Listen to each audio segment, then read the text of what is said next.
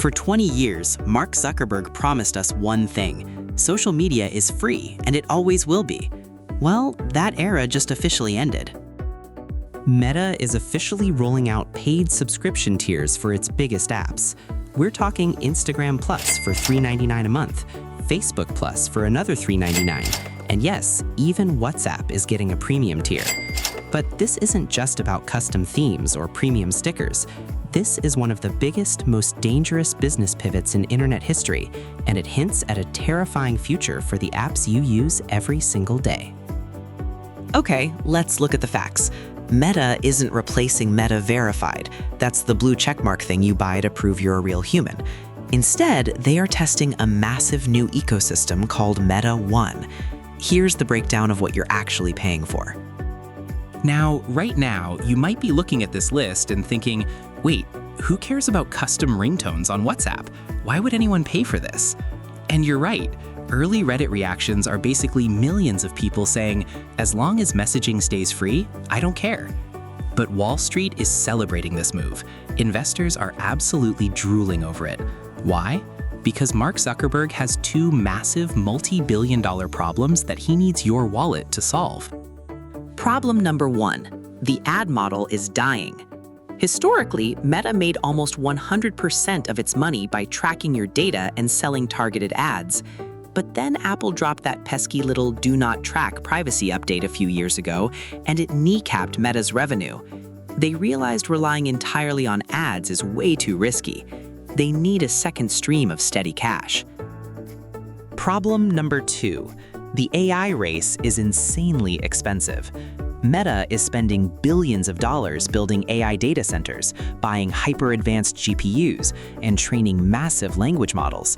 AI assistants are cool, but they run on chips that burn cash like a bonfire. The upcoming Meta One AI plans are designed to do one thing: get power users to foot the bill for Zuckerberg's AI obsession. And look, Meta knows this will work because their competitors already proved it. Snapchat Plus, X Premium, YouTube Premium, they all showed that even if only 3 to 5% of users pull out their credit cards, when you have 4 billion users like Meta does, that is an absolute mountain of pure recurring profit. But here is where things get dark. Critics are sounding the alarm, and honestly, you should be worried too. Right now, Meta is playing nice. They're saying, hey, look, the features behind the paywall are just cosmetic, just fun little stickers. But anyone who has watched the tech industry over the last decade knows exactly how this movie ends. Think about streaming services or cloud storage. 10 years ago, everything was included. Today, you have to pay extra just to skip ads, or to get HD streaming, or to get basic customer support. The fear is that today's optional cosmetic feature becomes tomorrow's basic feature locked behind a paywall. The biggest backlash right now is actually hitting WhatsApp. For a decade, WhatsApp's whole identity was built on a sacred promise: fast, secure, completely free communication. No ads, no catch. By introducing any paid tier to WhatsApp, even just for custom ringtones, Meta is crossing a psychological line. It breaks the promise. It conditions the user base to get used to seeing a subscribe button inside their private messaging app. What we are witnessing right now is a massive, permanent philosophical shift in how the internet works. The old internet, you get a free product and your attention pays for everything via ads.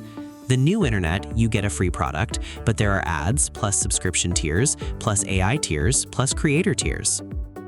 Meta isn't ending free social media today.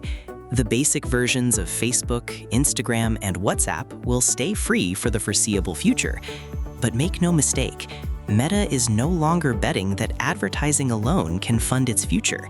They are transforming into a subscription business. And the real question isn't whether you'll pay $3.99 for Instagram Plus today. The real question is, 5 years from now, will the most valuable parts of the social media experience still be free? Let me know in the comments below. Would you ever pay for Instagram or WhatsApp?